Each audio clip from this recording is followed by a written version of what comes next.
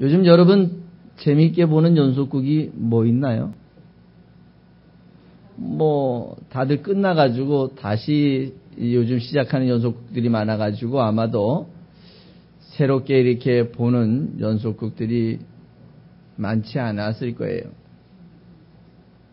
그런데 우리가 연속극 가운데서 늘 보는 게 뭐냐면은 이시 조선에 관한 연속극들을 늘 볼 때 사극 이러면은 무조건 거의 대부분이 이시 조선, 특별히 조선시대에 관한 그 연속극을 많이 하잖아요. 그 많이 하는 가운데서도 특별히 몇 번씩 봐도 늘 아이고 저 사람이 저래서 되겠어 라고 했던 사람이 하나 있는데 그 사람이 누구냐면 수양대군이라고 하는 사람이잖아요. 늘 아쉽죠. 아이고 좀 더 그러지 않아도 되지 않았을까라는 생각들도 해봅니다. 그냥 조카가 왕이 잘 되도록 도와줬으면 어떻게 됐을까 이런 생각들도 하면서 늘 이 한 사람이 실수한 것을 어떻게 합니까? 끝까지 이 사람이 잘못한 것으로 우리는 인정하고요. 연속극을 보거나 어떤 사건을 이해할 때마다 늘 어떻게 합니까? 이 사람은 좋은 사람으로 인정되나요? 항상 나쁜 사람으로, 실패한 사람으로 인정이 됩니다. 그런데 조금만 더 역사를 들어가서 본다면 이 수양이라고 하는 사람이 그때 쿠데타를 일으키지 않았더라면 이런 이야기를 해봅니다. 수양이 쿠데타를 일으켜서 결국은 정권을 잡고 난 다음에 이 조선이라고 하는 나라가 부국 강병할 수 있는 좋은 정책들을 많이 내놨습니다. 이 사람이 이렇게 할 수밖에 없었던 이유 가운데 하나가 있었는데 그게 누구였었냐면은 당시 왕이었던 단종의 그 중요한 정책을 감당하던 사람들이 두 사람이 있었는데 그 사람 가운데 하나가 황보인이라는 사람, 그 다음에 김종서라는 사람이 있었습니다. 오늘 역사 얘기를 하니까 여러분이 굉장히 관심이 많은 것 같습니다. 그런데 이 사람들이 어린 왕이 각각의 직임을 줘야 되는데 어떤 사람이 진짜인지 이 사람을 잘 모르잖아요. 그러니까 이 사람들이 여러 사람을 추천하면서 거기에다가 노란 점을 하나씩 찍습니다. 요 사람을 찍어주세요. 6사람을 만약에 올렸는데 그 가운데 노란 점을 하나 찍습니다. 이걸 가지고 뭘 하냐면 황포 정사를 했다 이런 얘기를 합니다. 그러니까 직임을 전부 다 이 두 사람이 다 나눠 갖는 거나 마찬가지예요. 자기가 원하는 사람은 거기에다 심고 자기한테 복종할 수 있는 사람은 심기 시작하니까 이런 문제로 인해서 수양이라고 하는 작은아버지가 도저히 이래서는 안 되겠다 싶어서 극적인 방법으로 쿠데타를 일으켜서 결국은 정권을 잡고 이 사람이 그 다음에 정책을 하는데 어떤 정책을 했었냐면 농수산물을 조절할 수 있는, 농수산물이 많고 적음을 조절할 수 있는, 요것을 물가로 조절할 수 있는 그러한 정책이라든가 농업을 장려한다거나 인재를 등용할 때에 전에는 어느 계파 사람만 등용했었는데 다양한 사람을 등용하면서 국가를 위해서 봉사했었던 사람입니다. 그래서 조선이라는 나라가 부국하고 강력한 군사를 가질 수 있는 기틀을 누가 놨었냐면 이 수양이라고 하는 이 왕이 그 일을 놨던 것이었거든요. 그러나 우리는 어때요? 그 역사의 내면과 결과를 보기보다는 나타난 당시의 현상학적인 것만 보려고 하고 있다는 것입니다. 그래서 늘 수양은 나쁜 사람 이렇게 한번 인식이 되기 시작하면 그 다음에 이 사람이 아무리 좋은 일을 하더라도 어떻습니까? 나쁜 사람으로 인정이 되게 돼 있어요. 그러다 보니까 연속극을 쓰는 사람들도 늘 그 사람들의 필요와 그 사람들이 가지려고 하는 생각들을 거기에다가 담으려고 하고 있다는 것입니다. 작가도 자기 입장에서 그 글을 쓰기 때문에 역사를 왜곡시킬 수도 있습니다. 그래서 늘 그 역사를 보면 이것을 나름대로 작가의 입장에서 정리한 것입니다 라는 단어를 꼭 씁니다. 역사의 정확한 내용입니다 라고 쓰지 않고요. 재미와 흥미를 주기 위해서 이 연속곡을 각색을 했습니다 라는 이런 표현들을 씁니다. 이런 연속곡을 보면서 한 사람의 실패를 봅니다. 그 사람의 잘못된 것을 우리가 오래 기억을 합니다. 왜 그럴까요? 이유는 혹시라도 내가 만약에 그 위치에 있을 때 나는 어떻게 했을까? 나라면 어떻게 해야 되겠을까? 나라면 어떤 선택을 했을까? 이런 것들을 보면서요. 이 잘못된 역사를 보며 거울 삼아야 이 역사를 제대로 보는 것이고요. 만약에 그 역사를 그대로만 본다면 여러분은 연속곡을 본 것 정도밖에 안 되는 것입니다. 아니 그냥 재미있었어. 뭐 이 정도밖에 모르는 거예요. 그러나 그 내면에 그 글을 쓰는 사람의 생각을 알기 시작하면 아하 이런 과정이 이후에 엄청난 또 다른 과정이 있었구나라는 것들을 본다면 여러분들은 그 사람의 실패를 보고 나는 실패하지 않을 수 있는 성숙한 신앙인이 될 수 있다는 사실을 기억하면서 오늘 이 본문을 같이 살펴보셨으면 좋겠습니다. 이 본문도 역시 마찬가지로 제목에서처럼 베드로의 실패라고 이렇게 정의했습니다. 이미 이전에 베드로가 수없이 많이 좌절하고 실패하고 넘어진 사건을 많이 보았습니다. 그런데 앞으로 여러분이 사도행전을 보게 된다면 베드로가 언제까지 이렇게 실패한 인생으로 끝을 내지 않고 분명히 이 어려운 과정, 실패의 과정을 잘 이기고 결국은 하나님 나라의 중요한 역할을 했던 그 인물이었기 때문에 우리는 이 훌륭한 인물 베드로가 실패한 걸 보면서 나는 그러지 말아야지. 나는 실패하지 말아야지. 라고 다시 한번 거울 삼는다면 여러분들도 이렇게 열심히 신앙생활 하다가 인생의 마지막이 되면 주님께서 여러분을 두 팔 벌려 환영하실 것이고 천국에서 하나님의 나라에 아름다운 잔치에 참여할 수 있는 줄 믿으시기 바랍니다. 베드로를 비판하고 베드로가 잘못됐다는 걸 지적하고 베드로가 이렇게 실패했다는 것들을 자랑하려고 하는 것이 아니라 이 사람이 왜 실패했을까? 이 사람이 왜 이렇게 어려운 선택을 할 수밖에 없었을까를 생각해 보면서 우리의 신앙을 다시 한번 점검해보는 여러분과 내가 되실 수 있기를 부탁드리겠습니다. 오늘 본문의 사건을 여러분 너무나 잘 알고 있는 사건입니다. 예수님이 드디어 이제 잡혀가시었고요. 잡혀가시고 난 다음에 이 제자들이 어떻게 합니까?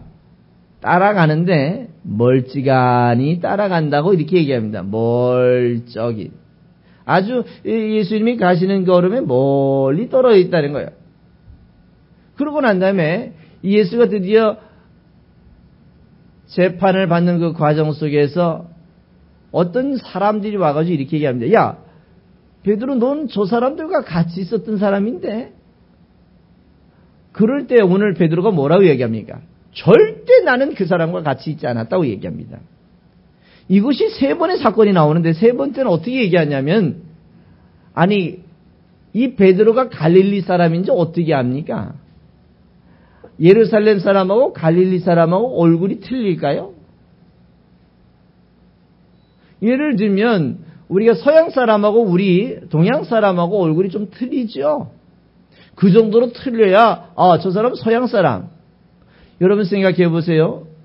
여러분 경상도 사람하고 전라도에 사시는 분하고 또 충청도에 사시는 분이 분간이 됩니까? 얼굴로 저 사람이 충청도 사네. 저 사람은 전라도 사람이네. 분간이 돼요? 누가 날 보고 강원도 사람이라고 얘기하겠습니까? 저는 서울 사람처럼 잘 생겼잖아요. 동의 안 되면 어쩔 수 없고요. 근데 제가 강원도 사람이네요 라고 이렇게 물을 때는 뭐가 틀리는 거예요? 억양이 틀리죠. 제가 괜히 그랬니 저랬니 그래도 설교가 끝나고 나서 가끔가다 이렇게 묻습니다. 목사님 강원도래요? 내가 깜짝 놀래. 어떻게 아셨어요? 말에 억양에 사투리가 섞였어요. 여러분 오늘 이 사람이 베드로 보고 이렇게 얘기합니다. 야, 너 갈릴리 사람이네. 갈릴리 사람하고 예루살렘 사람하고 얼굴이 틀립니까? 뭐 모양이 틀립니까? 억양이 틀렸어요. 예루살렘은 그랬니 저랬니 그랬지만 갈릴리만 하더라도 나사렛 사람만 하더라도 어떻게 했는지 아십니까? 그랬시오? 이랬시오? 이렇게 했어요. 거리가 많이 떨어져 있는 거죠. 그러니까 예수님도 억양상 어떤 말을 써야 됐냐면 갈릴리 나사렛 동네 말을 억양을 쓸 수밖에 없었잖아요. 베드로도 그 동네 사람이니까 그 동네 억양을 쓸 수밖에 없잖아요. 그러니까 갈릴리 사람이라고 알지 아니 얼굴이 틀려서 알겠습니까? 오늘 이 친구가 이렇게 얘기한다. 내가 장담하건대 내가 확실한데 너 나사렛 사람 예수와 같은 동네 사람이야 라고 이렇게 얘기해 버렸습니다. 그러니까 오늘 베드로가 뭐라는 줄 아십니까? 화를 벌컥 냅니다. 화를 냈을까요? 아마 욕기까지 갔을 겁니다. 욕을 버럭했을 겁니다. 야 웃기지 마. 네가 어떻게 알길래 내가 그 동네 사람인지 내가 어떻게 저 예수와 한편인지 어떻게 알겠어? 강력하게 거부하죠. 만약에 요즘같이 여러분 입장에서 거부한다면 뭐라 했을 것 같습니까? 내가 만약에 손에 장을 지지는 한 있더라도 내가 그쪽 사람이 아니야 이렇게 얘기했을 거예요. 손에다 장을 지질 정도면 얼마나 심한 줄 아시죠? 가능하지 않은 사건을 그렇게 얘기하잖아요. 근데 그걸 누가 얘기해요? 오늘 베드로가 그렇게 얘기합니다. 분명히 오늘 저녁에 예수님과 같이 밥을 먹고 식사를 하고 같이 교제를 했었던 이 친구가 오늘 뭡니까? 하루가 가기 전에 성경은 참 재미있는 게 닭이 울었다라고 이렇게 얘기하면 언제를 설명하는 건지 아시죠? 예를 들면 닭이 울었다는 얘기는 하룻밤이 지났다는 얘기를 설명하는 겁니다. 여러분 연속곡을 보면 1년이 지나려면 어떻게 해야 되는 줄 아십니까? 잠깐 사이에 1년이 지납니다. 아니 금방 새싹이 났는데 갑자기 눈이 내리면 1년이 지난 거예요. 그러면 100년이 지났다는 걸 어떻게 설명해야 되는 줄 아십니까? 몇 사람이 어린아이였는데 그 사람이 갑자기 장례식을 하면 최소한 60년이 지난 거고요. 한 세기가 지난 것들을 이 역사는 쉽게 보여주잖아요. 닭이 울었다? 이건 하루가 이제 지난 겁니다. 아침이 밝은 거예요. 이런 상황 속에서 베드로가 지난 밤에 예수님이 말씀하신 것이 어떻게 됐다고요? 기억이 났다고 얘기합니다. 참 다행스러운 거죠. 기억이 났다는 거예요. 기억이 났다. 만약에 그것조차도 기억이 안 났더라면 어떻게 됐을까요? 아니 울 필요도 없이 당연히 자기는 예수와 한편이 아닌 것처럼 평생을 살아갈 수밖에 없었을 거예요. 그랬는데 다행스럽게도 어젯밤 닭 울기 전이니까요. 같은 날 밤 같이 식사를 할 때에 예수님이 이렇게 말씀하셨습니다. 야 이제 내가 권력 있는 자들에게 잡혀가서 내가 죽어야 되겠다. 고난을 당해야 되겠다. 라고 이렇게 얘기하니까 요 전 내용들을 보시면 여러분 지난번에 몇 주 전에 살펴보았던 내용들인데요. 오늘 이 사건은 채 한 날이 지나기 전 한 시간 한 날 저녁에 있었던 사건입니다. 베드로가 뭘 했는지 아시죠? 뭘 했는지 한번 보십시다. 여러분 지난번 여러분은 몇 주 전의 사건이라 벌써 다 잃어버릴 수도 있어요. 그래서 뭐라고 얘기했냐면은 한번 보십시다. 31절 여러분 22장 31절 한번 보실래요?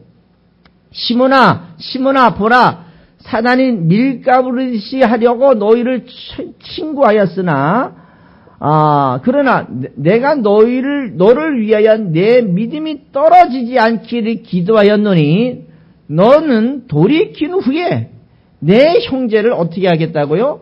굳게 할 수 있을 거다. 너가 돌이킨 후에 굳게 할 수 있을 거다. 이렇게 얘기하니까 베드로가 그 이야기를 듣고 난 다음에 얼마나 자신 있었는지 33절에 한번 같이 읽어보실래요?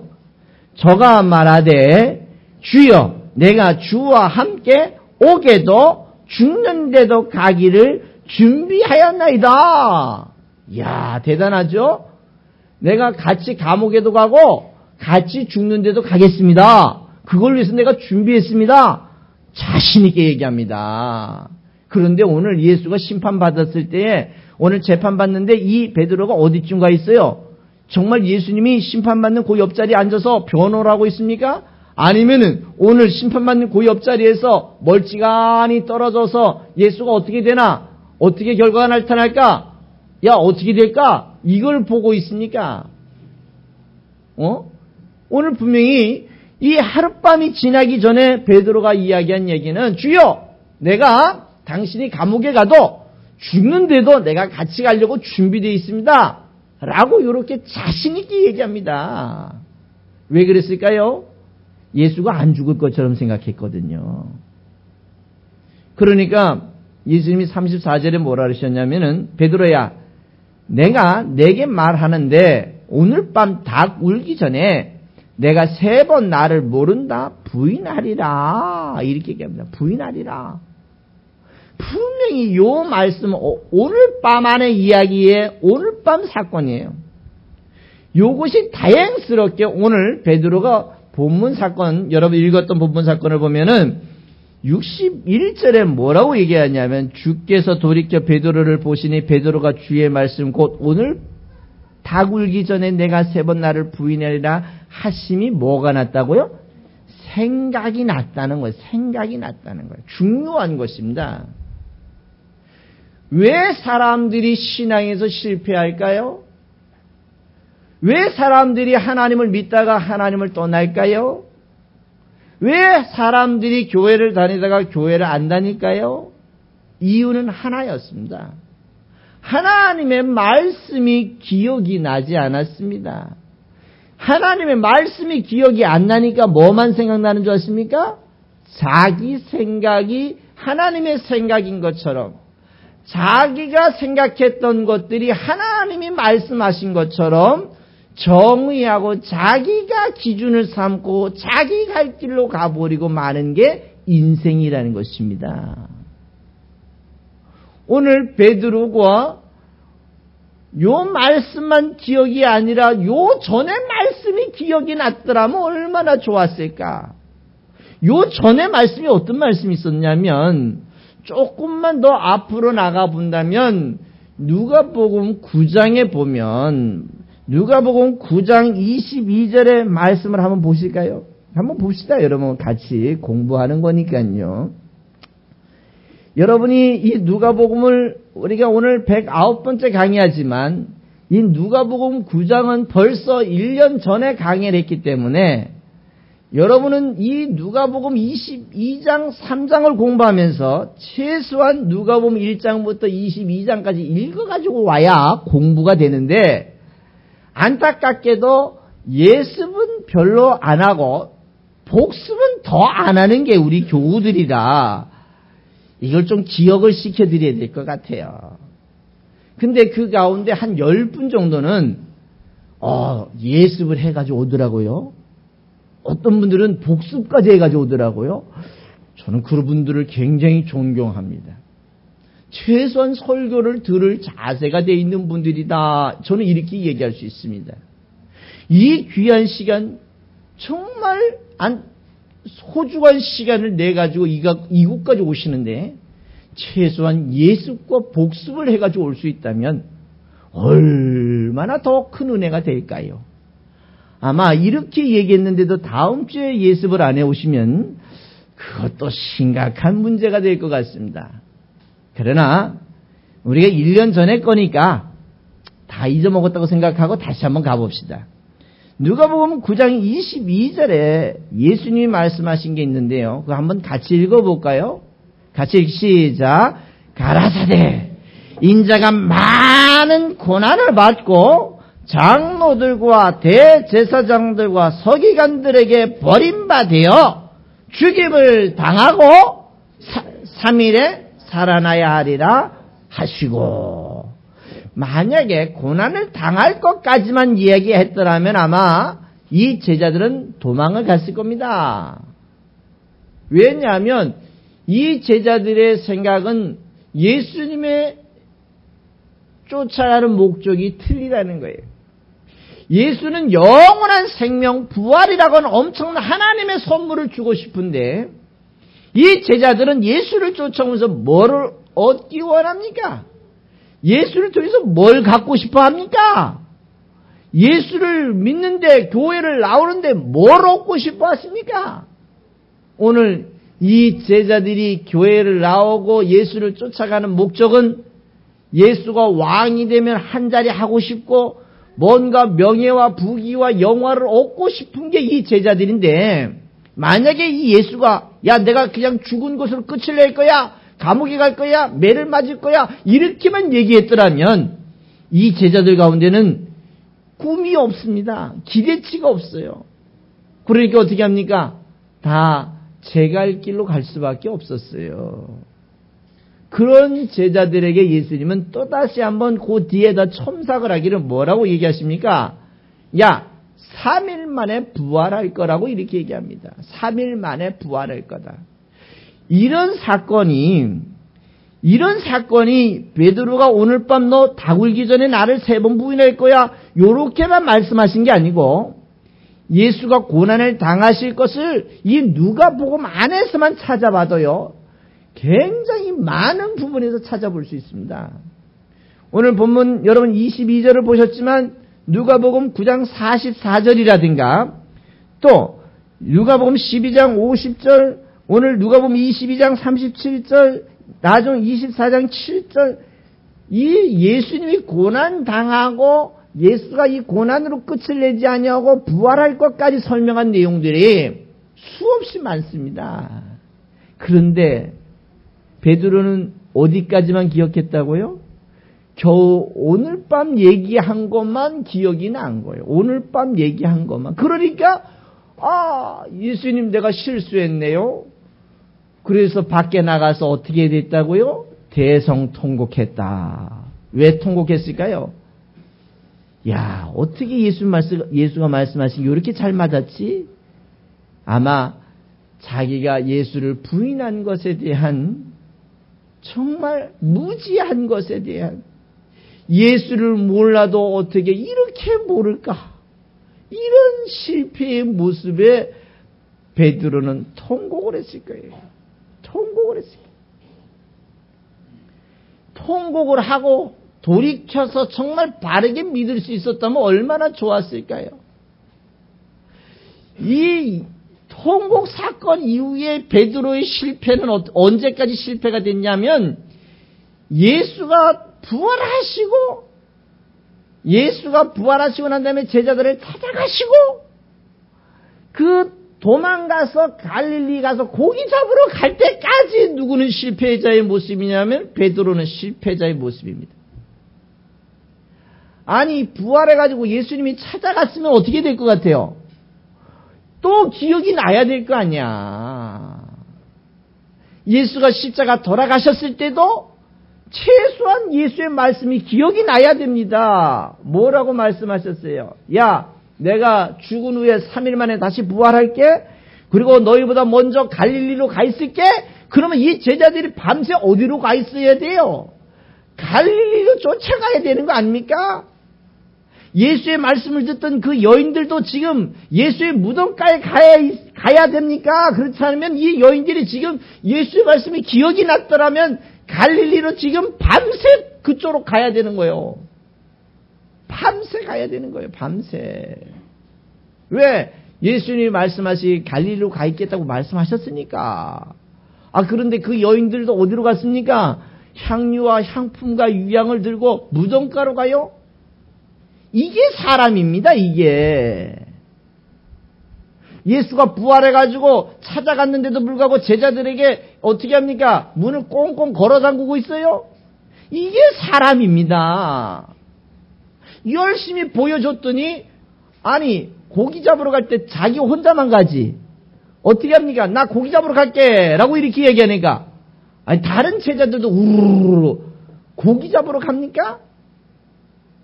이게 사람입니다, 이게. 그러면 이 제자들의 실패의 원인은 하나였어요. 이 제자들의 실패의 원인을 보면 여러분과 내가 신앙생활에서 떨어지는 사람들의 원인과 동일합니다. 신앙생활하다가 교회 안 나오고 신앙생활하다가 예수 떠나는 사람들의 원인과 이 베드로라고 하는 엄청난 제자의 실패의 원인과 동일하다는 거예요. 가장 중요한 원인 가운데 하나가 뭔지 아시죠? 따라합시다. 하나님의 말씀을 기억하지 못했기 때문에 범죄하고 좌절하고 포기하고 돌아서 버린다. 돌아서 버리는 이유가 거기라는 거예요. 예수를 떠나요? 교회를 안 나와요? 여러분 입장에 상상이 됩니까? 예수를 떠나서 내가 살 수 있을 것 같습니까? 살아도 사는 게 아니에요. 살아도 사는 게 아니야. 물을 떠난 고기가 밖에서 퍼덕퍼덕 하고는 있지만 그 고기가 살아있다고 얘기할 수 있습니까? 왜요? 분명히 이제 곧 죽을 거니까, 곧 망해갈 건데, 그걸 살았다고 얘기할 수 있습니까? 그런데도 불구하고 어떻게 그렇게 자신만만하게, 의기당당하게, 전혀 부끄러움을 느끼지 않고, 전혀 죄의식을 느끼지 않고, 전혀 자기는 완벽하다고 이야기하며 살아갈 수 있는 이유는 뭘까요? 예수와 상관없이, 예수 없이도 이렇게 잘 먹고 잘 산다고, 예수 없이도 이렇게 부자 될 수 있고, 예수 없이도 이렇게 건강할 수 있다고, 이렇게 자신 있게 살아가는 사람들의 이유는 뭘까요? 그들은 하나님을 기억하지 못했기 때문에. 그들이 그렇게 부귀와 영화를 누리고 잘 먹고 잘 살고 건강한 것 같지만 그 인생이 얼마나 짧은 줄 아십니까? 풀의 꽃과 같이 짧은 인생이에요. 아침에 안개와 같은 그런 짧은 인생이란 말입니다. 100년, 200년 사는 것 같지만 채 80년, 90년도 못 사는 인생입니다. 제대로 이성을 가지고 살아가는 시간 짧습니다. 철들자 죽음을 맞이할 수밖에 없는 게 인생입니다. 어떤 분들은 죽을 때까지 철도 안 든다 그럽니다만 철들이 이제 죽음을 맞이할 수밖에 없는 인생이 그렇게 짧은 인생입니다. 그렇게 짧은 인생을 하나님을 기억하지 않고 자기가 살아가는 게 최선이고 최고라고 이야기하는 그 사람들, 물을 떠나 밖에 버려진 고기와 같은 인생입니다. 여러분, 그것을 부러워하지 마세요. 그것이 보기 좋다고 그것을 쫓아가지 마세요. 정말 주님이 우리에게 약속한 그 아름다운 생명은 물 밖에서 퍼덕퍼덕하는 인생이 아니라 물 속에서 행복하게 감사하면서 돌아가야 할 고향을 그리워하면서 살아갈 수 있게 허락하시는 분이 하나님의 약속인 것을 기억하시기, 잊어버리지 마시기를 부탁을 드리겠습니다. 버리지만 않아도, 최소한 기억은 안 나더라도, 잊어버리지만 않더라도 이 예수를 떠나지 않고 예수와 함께 예수가 원하는 대로 살아드릴 수 있는 인생이라는 사실을 여러분 기억하시면서 이 하나님의 말씀을 기억하려고, 잊어버리지 않으려고 그 말씀을 묵상하고 또 묵상하고 또 연구하고 또 연구해서 하나님의 원하시는 대로 믿어드리는 하나님의 사람들 되시기 부탁드리겠습니다. 한 번은 어떤 사람에게 야, 가가지고 밭에서 콩을 좀 꺾으라고 이야기합니다. 콩을 꺾어서 어떻게 합니까? 콩을 털어야 되는데, 근데 이 사람이 가가지고 일을 하긴 합니다. 일을 열심히 땀을 뻘뻘 흘리면서 했는데, 하루 종일 했는데도 불구하고 그 콩을 그 밭의 3분의 1도 못 꺾은 거예요. 왜 그랬냐면 그 사람은 가서 손으로 꺾은 겁니다. 만약에 그 주인이 야, 너가 창고에 가면 낫도 있고 장갑도 있고 여러 가지 장비가 있으니까 가지고 가서 그것을 꺾으라고 이렇게 얘기했더라면 이 친구는 낫으로 만약에 콩단을 베었을 때 어떻게 될 것 같습니까?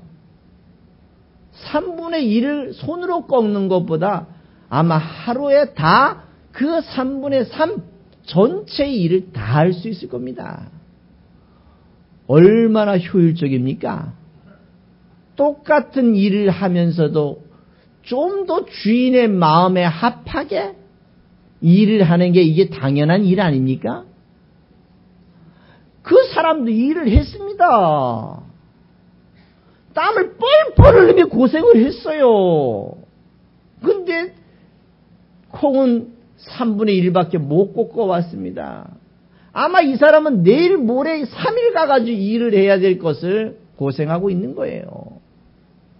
그러나 좀 더 지혜로운 사람이라면 장갑을 끼고 낫을 가지고 콩단을 베었더라면 똑같은 땀을 흘리면 3일이 아니라 하루에 끝날 수 있는 일이에요. 그게 누가 원하는 일입니까? 주인이 원하는 일이잖아요.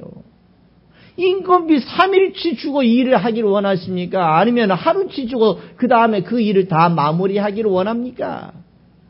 어느 주인이 그 3일 일할 것을 3일 일하라고 이야기할 사람이 몇이나 있겠어요?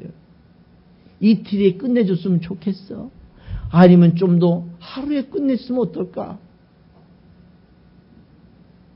주인의 의도를 알아야 주인이 어떻게 기뻐하는지 그것을 선택할 수 있는 것처럼 여러분과 내가 믿는 예수가 무엇을 원하는지, 예수가 무엇을 우리를 통하여 이루시려고 하시는지를 여러분이 한번 검토해 보십시오. 그래서 주님이 원하는 것을 잘만 기억한다면 이 베드로가 성령의 은혜를 입고 난 다음 그 다음 삶을 보세요. 얼마나 대단한 줄 아십니까? 여러분 사도행전을 꼭 한번 집에 가서 읽어보셔야 되는데요. 그 대표적인 것 가운데 사도행전 4장 말씀을 제가 잠깐만 읽어드리겠습니다. 베드로의 이 엄청난 역사를 한번 볼 필요가 있다는 거예요. 베드로 사건을 잘 설명한 사도행전 4장 말씀에 보면 4장 1절부터 볼까요? 사도들이 백성에게 말할 때 제사장들과 성전 맡은 자들과 사두개인들이 이르러 예수 안에 죽은 자의 부활이 있다고 백성을 가르치고 전함을 싫어하여 그들을 잡음의 날이 이미 저물었으므로 이튿날까지 가두었으나 라는 표현합니다. 그러고 난 다음에 쭉 설명을 합니다. 이튿날 5절에 보니까 관리들과 장로들과 서기관들이 예루살렘에 모여서 대제사장 안나스와 가야바와 요한과 알렉산더와 대제사장의 문중이 다 참여하여 사도들 베드로와 요한을 가운데 세우고 묻되 야 너희가 무슨 권세로 이런 일을 하느냐라고 이렇게 물었습니다. 그러고 나서 쭉 얘기를 하는데 그들이 소개하는 예수는 무엇이다. 이 예수는 4장 11절에 너희 건축자들의 버린 돌로서 진모퉁이의 모릿돌이 되었느니라. 다도는 이노서는 구원을 얻을 수 없나니 천하 사람 중에 구원을 받을 만한 다른 이름을 우리에게 주신 일이 없습니다. 전에 이렇게 얘기를 했으면 얼마나 좋았을까. 오늘 이런 얘기를 합니다. 그러고 난 다음에 그 재판을 열었던 사람들이 이 사람들을 내어보내면서 이렇게 얘기합니다. 17절에 이것이 민간에 더 퍼지지 못하게 그들을 위협하여 이후에는 이름으로 아무에게도 말하지 말게 하자 하고 그들을 불러 경고하되 도무지 예수의 이름으로 말하지도 말고 가르치지도 말라라고 이렇게 이야기하니까 혹시 여러분 찾으셨습니까? 19절을 한번 같이 읽어보겠습니다. 베드로와 요한이 대답하여 이르되 하나님 앞에서 너의 말을 듣는 것이 하나님의 말씀을 듣는 것보다 옳은가 판단하라. 우리는 보고 들은 것을 말하지 아니할 수 없다. 아니 베드로가 언제 이렇게 똑똑해졌어요? 베드로가 언제부터 이렇게 강력해졌습니까? 베드로가 언제 이렇게 자신 있게 자기가 알고 있는 예수를 설명할 수 있습니까? 이 베드로가 성령의 은혜를 입었는데 그 성령이 오셔서 하셨던 일 가운데 가장 최고한 일이고 최선의 일이 그동안 이 베드로가 예수님으로부터 들었던 말씀이 어떻게 됐다고요? 기억이 났다고. 예수가 십자가 지는 사건도 이제 기억이 나고 부활하실 말씀도 기억이 나고 예수가 어디서부터 왔는지도 기억이 나고 어디로 갔는지도 기억이 나고 그러니까 이제 이 베드로가 예수를 떠날 수 있습니까? 떠날 수가 없어요. 왜? 이 예수가 우리를 구원하실 수 있는 구원자라는 사실을 알았기 때문에 이 예수를 떠나면 죽음이 기다린다는 걸 알았기 때문에 그는 고난이 와도 핍박이 와도 고통이 오고 수많은 사람들이 그를 향하여 돌을 던진다 할지라도 결국은 십자가에 거꾸로 매달려 죽는 그런 고통을 당한다 할지라도 그는 예수를 배반하지 않고 결국은 승리자가 될 수 있었던 그 원인 가운데 하나는 따라합시다. 말씀이 기억이 났기 때문이다. 예수의 말씀이 예수가 원하는 대로 기억이 났기 때문에 예수의 말씀을 자기가 원하는 대로 써먹은 것이 아니라 자기가 필요한 대로 써먹은 것이 아니라 말씀하시는 그분의 생각, 그분의 의도하심이 기억이 났기 때문에 그는 남은 인생은 예수와 함께 행복하고 승리하면서 감사하면서 생명의 멸류관을 얻은 자처럼 살아갈 수 있는 줄 믿으시기 바랍니다. 오늘 이 사건을 보면서 여러분 우리는 베드로의 실패 사건을 보면서 우리도 실패하지 마시기를 부탁을 드리겠습니다. 여러분 예수 믿는 일을 중단하지 마시고요. 예수를 떠나는 일에 마음조차 생각조차 하지 마시고요. 감히 내가 어떻게 예수를 떠나서 살 수 있을까 상상도 그려보지 마세요.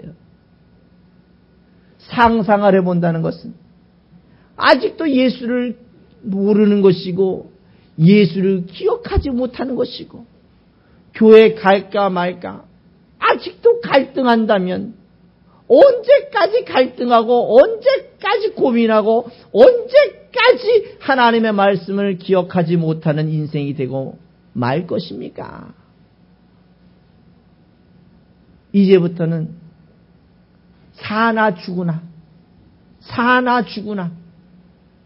건강하거나 병이 들었거나 내가 부자이거나 가난하거나 내가 기쁨이 있거나 슬픔이 있거나 어떤 상황에서도 어떤 조건에서도 예수를 포기하는 인생이 되지 마시고 예수의 말씀이 기억이 나서 천국에 이를 때까지 그 예수와 함께 살아가시는 하나님의 사람들 되시기를 주님의 이름으로 꼭 부탁을 드리겠습니다. 언제까지 승리하시렵니까? 언제까지 여러분 기억하시렵니까? 여러분 죽을 때까지 기억하시는 거예요. 내가 예수 요 정도만 믿어주면 됐지? 택도 없는 소리입니다. 아니, 내가 이 정도 예수 믿어주면 되는 거 아니야? 주님이 여러분 보시면 내 너를 위하여 목숨을 버렸는데 너 나 위하여 무엇을 하냐고 묻는 것과 마찬가지예요. 우리는 기회에 있을 때에, 내가 하나님의 말씀을 기억할 수 있을 때에, 하나님의 말씀을 배울 수 있을 때에 더 많이 배우시고 기억하시고 그것을 다시 가르치시면서 주님의 거룩한 일에 실패자가 아니라 승리자가 되실 수 있기를 부탁드리겠습니다. 천국에서 만납시다. 천국에서 만납시다. 천국에서 만날 때까지 우리 주님의 약속하신 말씀 잊어버리지 마시고 자의적으로 내가 원하는 대로 말씀을 써먹지 말고 주님이 원하는 대로 잘 쓰임받다가 천국에서 만나는 하나님의 지체들 되시기를 주님의 이름으로 다시 한번 부탁을 드리겠습니다. 승리하시기 바랍니다. 승리하실 것이죠. 포기하지 마시기 바랍니다. 끝까지 신앙 지키실 거죠. 지키시기 바랍니다.